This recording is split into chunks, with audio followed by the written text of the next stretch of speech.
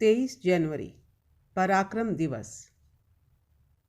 जिस व्यक्ति ने अपना पूरा जीवन तन मन धन से राष्ट्र यज्ञ में होम कर दिया, ऐसे महामानव सुभाष चंद्र बोस के जन्मदिन को हम पराक्रम दिवस के रूप में जानते हैं। सुभाष चंद्र बोस का जन्म 23 जनवरी सन 1897 को कटक, उड़ीसा में हुआ था। उनका कहना था, याद रखिए, सबसे बड़ा अपराध अन्याय सहना और गलत के साथ समझौता करना है।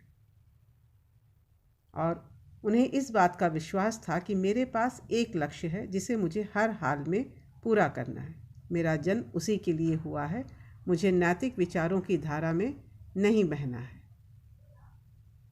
आज सुभाष चंद्र बोस की जयंती पर उनके जीवन से जुड़े कुछ रोचक प्रसंगों की बात करेंगे। 14 भाई बहनों में वे 9वें नंबर पर थे। जब वे 5 साल के हुए तो उन्हें बताया गया कि उन्हें अब स्कूल जाना है।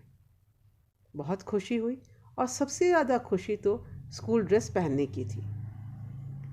उनका बचपन से ही पढ़ाई में बहुत मन लगता था, पर उन्हें अपनी मातृभाषा बंगाली बिल्कुल भी नहीं आती थी।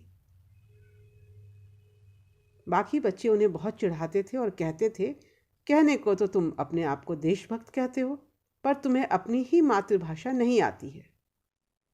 परंतु उन्होंने खूब मेहनत कर वार्षिक परीक्षा में अन्य विषयों के साथ साथ बंगाली भाषा में भी सर्वाधिक अंक प्राप्त किया।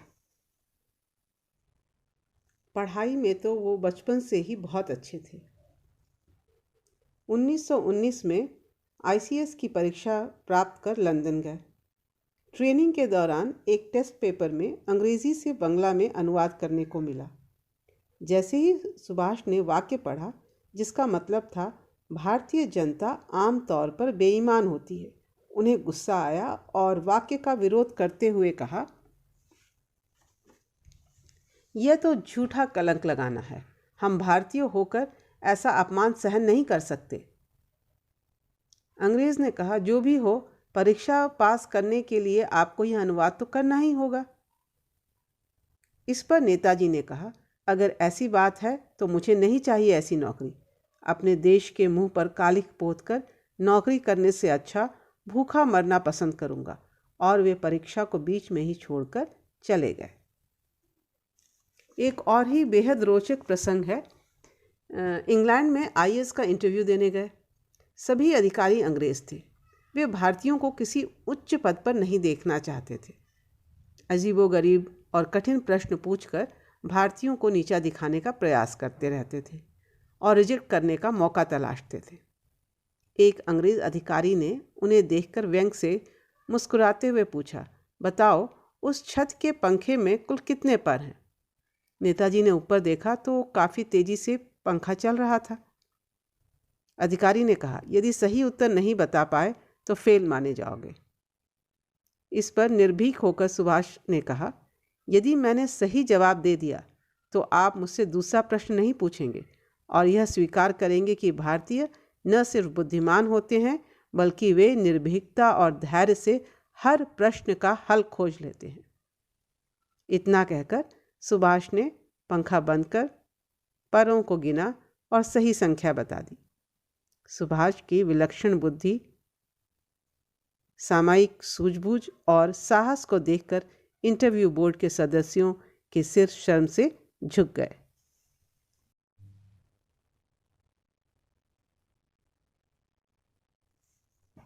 आज़ाद हिंद फौज की स्थापना जापान में 1942 में रासबिहारी बोस ने की थी। रासबिहारी बोस ने 4 जुलाई 1943 को सुभाष को आज़ाद हिंद फौज का नेतृत्व सौंप दिया। बोस ने जय हिंद का नारा बुलंद किया। 22 सितंबर 1944 में बोस ने कहा, हमारी मातृभूमि स्वतंत्रता की खोज में है और बिना खून बहाए हमें आज़ादी मिलना मुश्किल है। और उन्होंने नारा लगाया, तुम मुझे खून दो, मैं तुम्हें आज़ादी दूंगा। सुभाष चंद्र बोस का कहना था, संघर्ष ने मुझे मनुष्य बनाया। मुझ में आत्मविश्वास उत्पन्न हुआ। जो पहले मुझ में नहीं था। ऐसा कहा जाता है कि उनकी मृत्यु सन 1945 में हुई, लेकिन ये भी एक विवादित तथ्य है। श्री गोपाल दास व्यास की लिखी कविता खूनी हस्ताक्षर की कुछ पंक्तियों से उन्हें श्रद्धांजलि देना चाहूँगी। वह खून कहो किस मतलब का जिसमें उबाल का नाम नहीं, वह खून कहो किस मतलब का आ सके देश के काम नहीं, वह खून कहो किस मतलब का जिसमें जीवन न रवानी है, जो परवश होकर बहता है वह खून नहीं पानी है। जय हिंद।